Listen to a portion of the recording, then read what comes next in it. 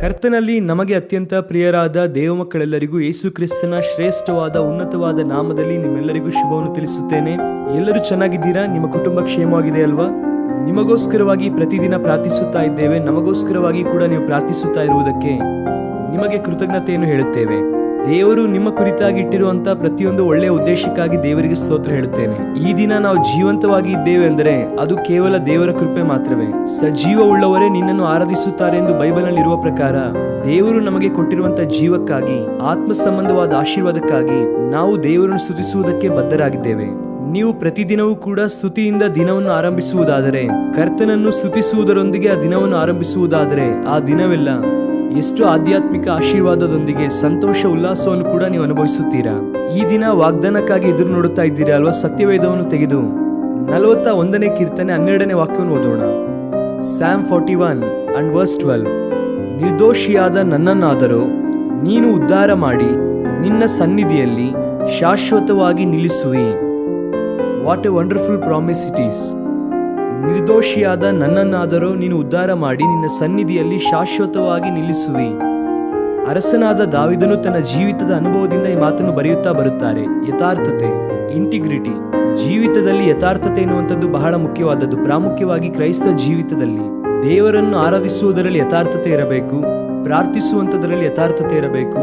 ನಮ್ಮ ಜೀವಿತದಲ್ಲಿ ನಡವಳಿಕೆಯಲ್ಲಿ ದೇವರು ಯಥಾರ್ಥತೆಯನ್ನು ಕೋರುತ್ತಿದ್ದಾರೆ. ಅಂತರಂಗದಲ್ಲಿ ಸತ್ಯವನ್ನು ಕೋರುತ್ತಾ ಇರುವಂತಹ ದೇವರು ಆತನು.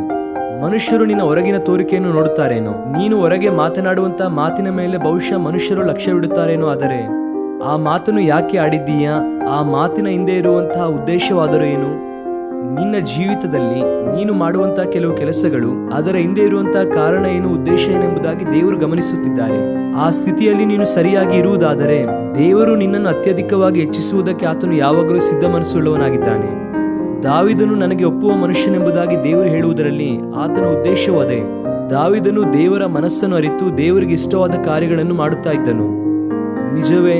ಈ ಮಾತನ್ನು ಹೇಳುವಾಗಿಲ್ಲ ಕೆಲವರು ದಾವಿದನು ಪಾಪ ಮಾಡಿದ್ದಾನಲ್ಲ ರೀ, ಬತ್ಷೆಬಳೊಂದಿಗೆ ಪಾಪ ಮಾಡಿದ್ದಾನೆಂದು ಬೈಬಲ್ನಲ್ಲಿ ಇದೆಯಲ್ಲ. ಎಸ್, ಅದು ಕೂಡ ವಾಸ್ತವವೇ. ದಾವಿದನು ಪಾಪವನ್ನು ಮಾಡಿದನು. ಆದರೆ ದೈವ ಸೇವಕನು ಪ್ರವಾದಿಯು ಎಚ್ಚರಿಸಿದಾಗ ದಾವಿದನು ಪಾಪವನ್ನು ಒಪ್ಪಿಕೊಂಡನು. ಅಲ್ಲಿ ದೇವರು ಆನಂದಿಸಿದರು. ತಪ್ಪುಗಳನ್ನು ಬಹುಶಃ ಪ್ರತಿಯೊಬ್ಬರು ಕೂಡ ಮಾಡುತ್ತಾ ಇರಬಹುದು, ಅದು ಸಹಜವೇ ಆಗಿರಬಹುದು.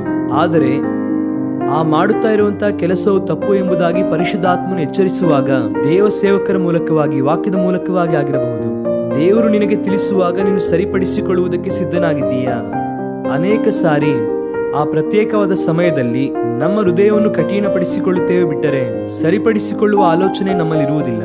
ಆದರೆ ಯಾಕೆ ದಾವಿದನು ದೇವರಿಗೆ ಒಪ್ಪುವ ಮನುಷ್ಯನಾದನು ಅಂದರೆ, ನೀವು 51ನೇ ಕೀರ್ತನೆಯನ್ನು ನೋಡುವಾಗ ಪಶ್ಚಾತ್ತಾಪದಿಂದ ಹುಟ್ಟಿದಂತಹ ಕೀರ್ತನೆ ಅದು. ದೇವರ ಕಡೆಗೆ ತಿರುಗಿದನು, ಮತ್ತೆ ದೇವರಿಂದ ಉಪಯೋಗಿಸಲ್ಪಟ್ಟನು. ಈ ದಿನ ನಿನ್ನ ಯಥಾರ್ಥತೆ ಖಚಿತವಾಗಿ ನಿನ್ನನ್ನು ನಿಲ್ಲಿಸುತ್ತದೆ. ನಾನು ನಿರ್ದೋಷಿ ಆಗಿರುವುದರಿಂದ ಉದ್ಧಾರ ಮಾಡಿ. ಉದ್ಧಾರ ಎನ್ನುವಂತಹ ಮಾತು, ಉದ್ಧರಿಸುವುದು ಅಂದರೆ ಅರ್ಥ ಏನು? ಕೆಲವರು ಕೇಳುತ್ತಾರಲ್ಲ, ಏನು ಉದ್ಧರಿಸುವುದು ಅಂದರೆ ಎಂದು. ಉದ್ಧರಿಸುವುದು ಅಂದರೆ ನಿಲ್ಲಿಸುವಂಥದ್ದು, ಮೇಲೆ ಎಬ್ಬಿಸುವಂಥದ್ದು. ಕರ್ತನು ನಮ್ಮನ್ನು ಮೇಲೆತ್ತುವ ಆತನು. ಎಂತಹ ಪರಿಸ್ಥಿತಿಯಲ್ಲಿ ಬಿದ್ದಿರುವಾಗಲೂ ಕೂಡ ನಮ್ಮ ಕೈಗಳನ್ನು ಆತನಿಗೆ ಕೊಡುವುದಾದರೆ ಆತನು ನಮ್ಮನ್ನು ಮೇಲೆತ್ತುವ ಆತನಾಗಿದ್ದಾನೆ, ಬಲಪಡಿಸುತ್ತಾನೆ. ನಿನ್ನ ಸನ್ನಿಧಿಯಲ್ಲಿ ನೀನು ನನ್ನನ್ನು ನಿಲ್ಲಿಸುತ್ತೀಯಾ? ಯಾಕಂದರೆ ದೇವರ ಸನ್ನಿಧಿಯಲ್ಲಿ ಕ್ಷೇಮ ಇದೆ, ದೇವರ ಸನ್ನಿಧಿಯಲ್ಲಿ ಸುರಕ್ಷತೆ ಇದೆ. ಆ ದಿನ ದೇವರು ಮೋಶೆಗೆ ವಾಗ್ದಾನ ಮಾಡಿದರು, ನನ್ನ ಸನ್ನಿಧಿ ನಿನ್ನೊಂದಿಗೆ ಬರುತ್ತದೆ ಎಂದು. God's presence is very very important in Christian life. ಕ್ರೈಸ್ತ ಜೀವಿತದಲ್ಲಿ ದೇವರ ಸನ್ನಿಧಿಯ ಪ್ರಾಮುಖ್ಯತೆ ಬಹಳ ಉನ್ನತವಾದದ್ದು. ಆತನ ಸನ್ನಿಧಿಯಲ್ಲಿ ಸಂಪೂರ್ಣವಾದ ಸಂತೋಷವಿದೆ ಎಂದು ಹೇಳುತ್ತಾರೆ.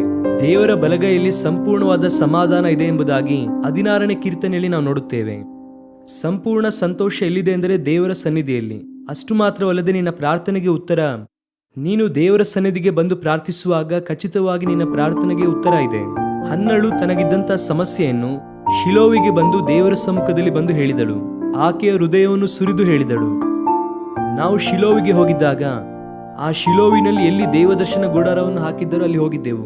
ಹನ್ನಳ ಜೀವಿತವನ್ನು ಮತ್ತೊಂದು ಸಾರಿ ನೆನಪಿಸಿಕೊಳ್ಳುವುದಕ್ಕೆ ದೇವರು ಸಹಾಯ ಮಾಡಿದರು. ಆಕೆಯ ಹೃದಯವನ್ನು ದೇವರ ಮುಂದೆ ಸುರಿಸಿದಳು. ತನ್ನ ಅವಶ್ಯಕತೆಗಳನ್ನು, ತನ್ನ ಸಮಸ್ಯೆಯನ್ನು ದೇವರ ಮುಂದೆ ಹೇಳಿಕೊಂಡಳು.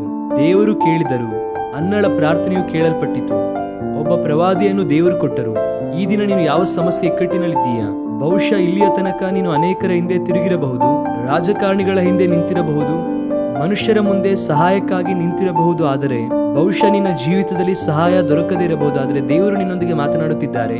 ನೀನು ದೇವರನ್ನು ದೃಷ್ಟಿಸುವುದಾದರೆ, ಆತನನ್ನು ಯಥಾರ್ಥತೆಯಿಂದ ಸೇವಿಸುವುದಾದರೆ, ಯಥಾರ್ಥತೆಯಿಂದ ಆತನನ್ನು ಅಂಗೀಕರಿಸುವುದಾದರೆ, ಆತನನ್ನು ದೃಷ್ಟಿಸುವುದಾದರೆ, ದೇವರು ತನ್ನ ಸನ್ನಿಧಿಯಲ್ಲಿ ನಿನ್ನನ್ನು ನಿಲ್ಲಿಸುವ ದೇವರಾಗಿದ್ದಾರೆ. ನೀನು ಬಿದ್ದು ಹೋದವನಲ್ಲ, ಬೀಳುವವನು ಅಲ್ಲ.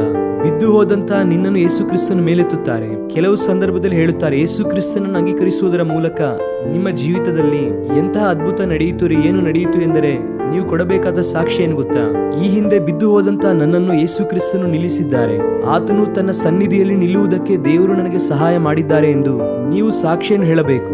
ಆತನು ನಿನ್ನನ್ನು ನಿಲ್ಲಿಸುವಂತಹ ದೇವರು. ಮನುಷ್ಯರೆಲ್ಲರೂ ಕೂಡ ನಿನ್ನನ್ನು ಬೀಳಿಸಿರಬಹುದು. ನಿಮ್ಮ ಆಫೀಸಲ್ಲಿ ಆಗಿರಬಹುದು, ನೀವು ಓದುತ್ತಾ ಇರುವಂತಹ ಸ್ಕೂಲಲ್ಲಿ ಆಗಿರಬಹುದು, ಕಾಲೇಜಲ್ಲಿ, ಯೂನಿವರ್ಸಿಟಿಯಲ್ಲಿ ಆಗಿರಬಹುದು, ನೀವು ಕೆಲಸ ಮಾಡುತ್ತಿರುವಂತ ಕಡೆ ಆಗಿರಬಹುದು.